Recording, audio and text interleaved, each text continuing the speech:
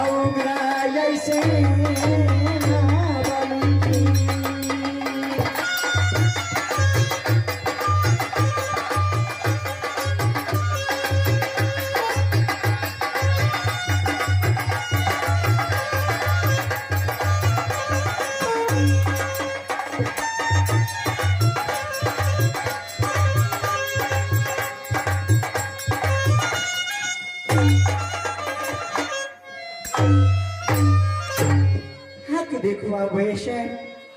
क्या ने घर लगे नगर गुजरात, पिताजी के नाम राजा उग्रसेन,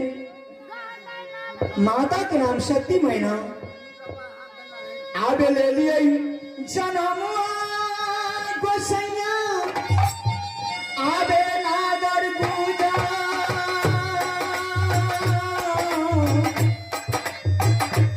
गुजरात में दिशा।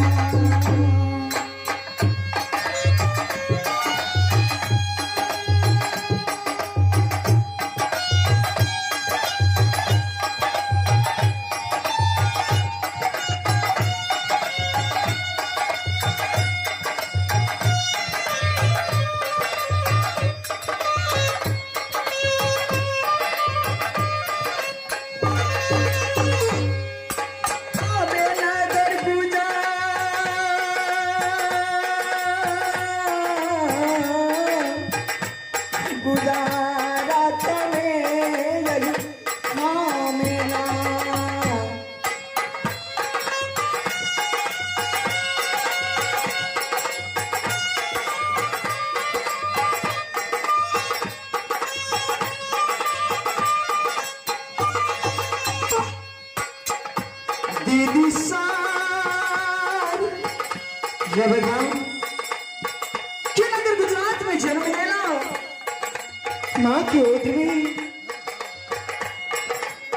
कि जबकि नगर में जन्म लेना बैठे में माँ की ओदरी से कि बचपन में कि जब माँ की ओदरी से जन्म लेना कि छोट बालक माँ की गोदी में कि भाई की गोपी चंद सबसे जीत कि जब गाना में हमारे कहा तो पंपापुर नगर में दीदी दीदी सब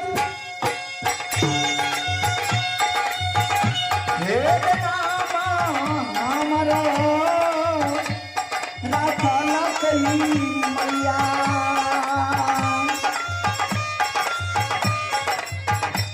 आद साथी जलाल की रमावल की।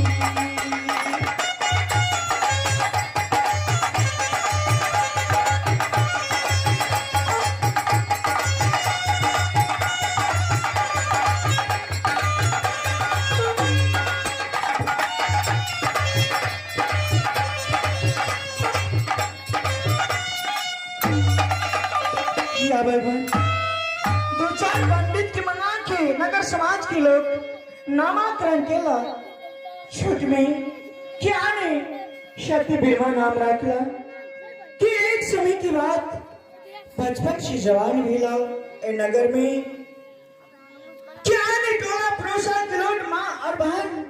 पिताजी ने कहला और बेटी की जवान बह गए कि बेटी की शादी कहाँ रचा है। क्या ने खोदत खोदत कहा पहुंचत कि पंपापुर नगर में कि पंपापुर नगर में गए पिताजी और मंत्री की भेजला दीदी सब साथी हमारो ये केला कली हमारा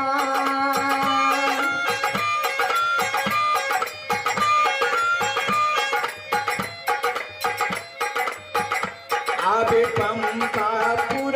नगर में बनकी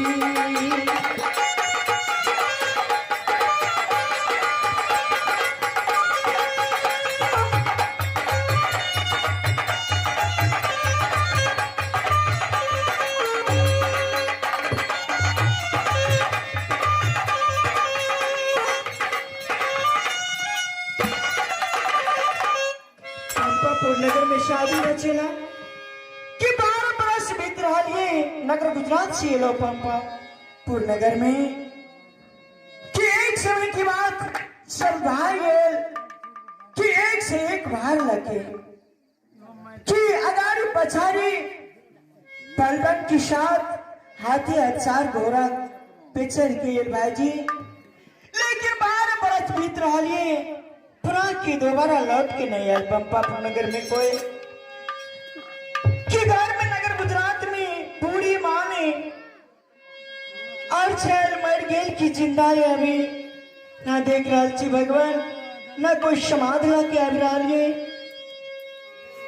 कि जब पंपापुर नगर में एला तो एक मुंगिया नोडिन के साथ में माता लगा देला कि मुंगिया नोडिन के साथ में अगारी पछारी क्या अंगना करे कभी अंगना बरा रही है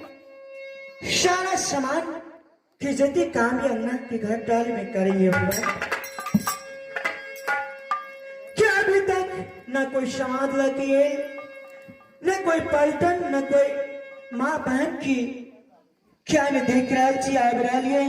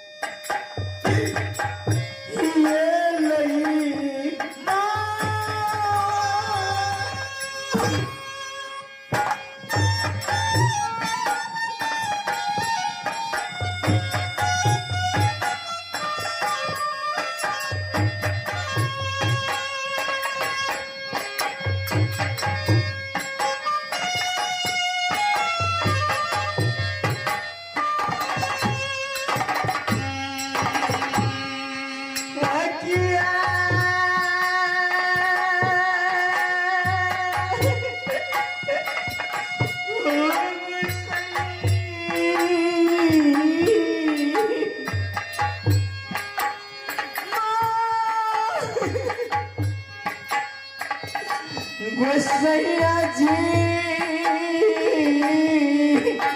मामैना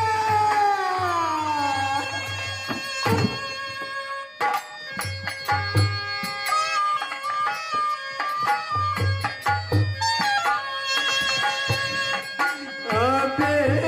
अखिया जब अनार में नहीं हमरया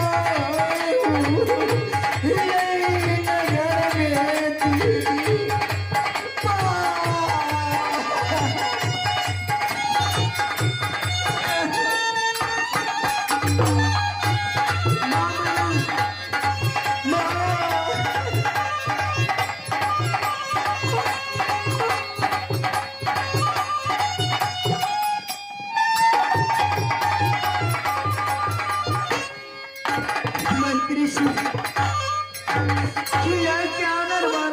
संसार में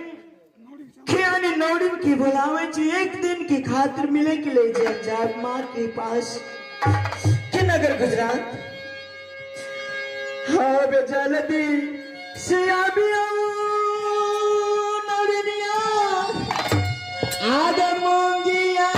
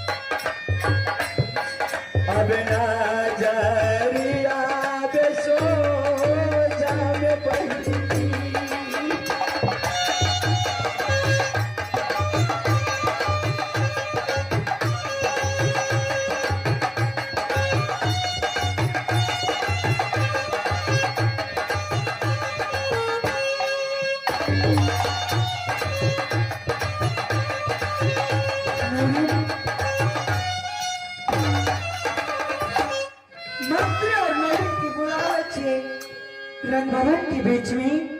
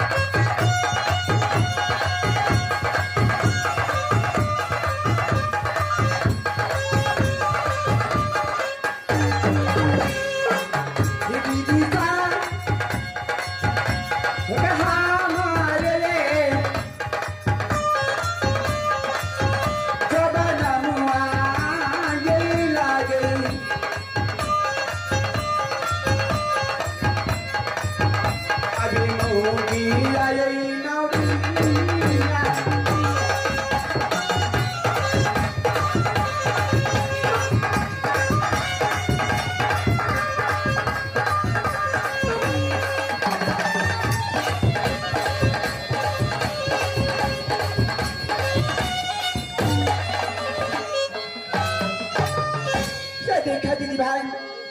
तो हमारे घर कहा नगर गुजरा गए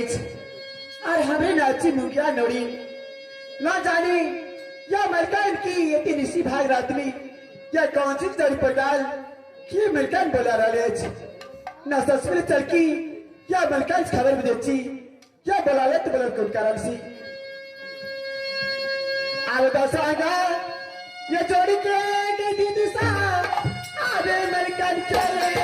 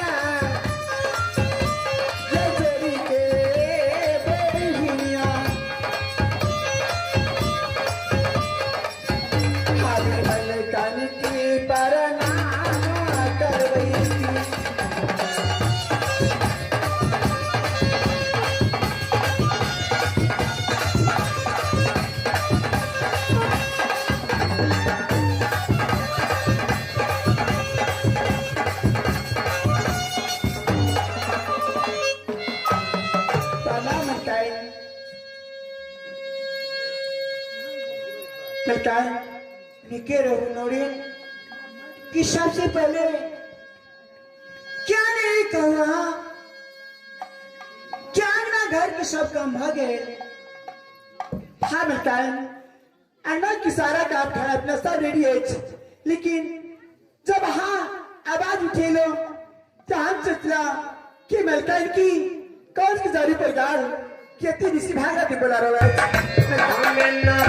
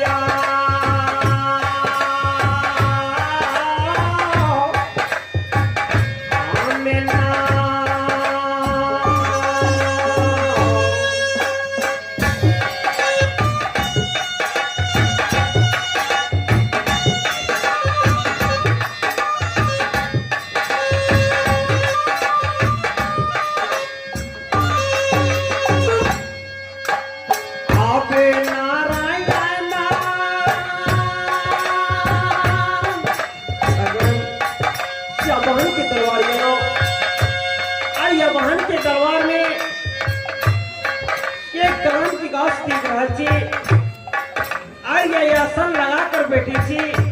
और यवहन के हाथ से मुट्ठी भर भीख लेके कहूँ कि फिर गुरु के पास जाओ। आओ बे ईश्वर जी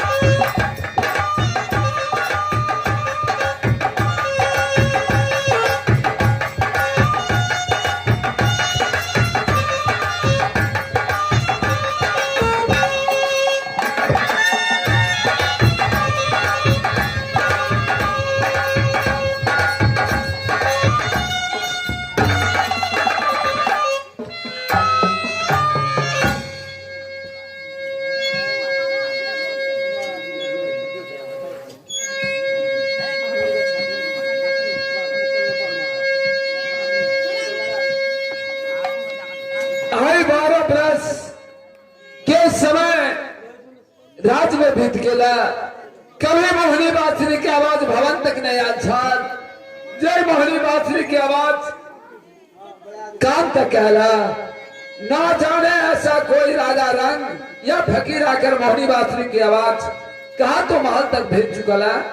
अर्थात ये खबर लाका महारानी जी के नजदीक जा रहा है। महारानी जी आज 12 बरस के समय अपने के राज में बीत गेला कभी मोहनी बांसुरी की आवाज कान तक नहीं आल छल जिनका बादल से तीनों लोग 14 भुवन में आवाज गेला और ब्रिज के पल्लव नीचा गिर गए सुतल पक्षी जाग उठला। अला के महारानी जी अपने अगर आज्ञा दी तो पुनः 14 कोस राज के अंदर पता लगा कर अपने के नजदीक वापस ठहर जा। हाँ मंत्री साहब क्या मोहनी बांसुरी की आवाज कान तक गूंज गए क्या है बाग में है कि कौन जगह है एक पता लगावा जाए कि कहाँ पर ये हुआ आदमी के चीज और कौन रंग में जो आज्ञा महारानी जी। बाबा महाराज दंडवत दंडवत। बाबा महाराज आज हमको इस राज में 12 बरस बीत गया है परंतु कभी मोहनी बांसुरी की आवाज कानों तक नहीं आया था। ना जाने आज अकस्मात मोहनी बांसुरी की आवाज कानों तक आया है।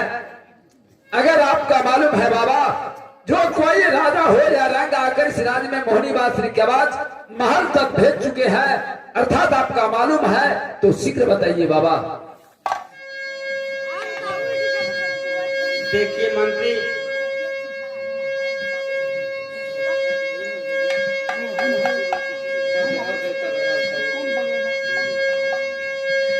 मंत्री क्या मैंने बताया हूं मंत्री तो ठीक है बाबा महाराज आप किस लिए और किस कारण से मोहनी बांसुरी की आवाज महल तक भेज चुके हैं आप क्या चाहते हैं बाबा आपको क्या चाहिए। देखिए मंत्री मुझे मुट्ठी भर भीख दो मैं दूसरा दरबार जाऊंगा। तो ठीक है बाबा महाराज आप बैठे रहिए मैं चलकर महारानी जी से ऑर्डर करता हूँ और किसी के माध्यम आपके पास भीख भेज देता हूँ भीख लेकर के जाना वैसे नहीं। ठीक है मंत्री। महारानी जी आए एक जोगी अपने के चंदन के नीचा आसन रखने और उनके मुखार बिंद के द्वारा मोहनी बांसुरी की आवाज भवन तक भेजल गेला। उनका से सारे वृतांत पूछला के बावजूद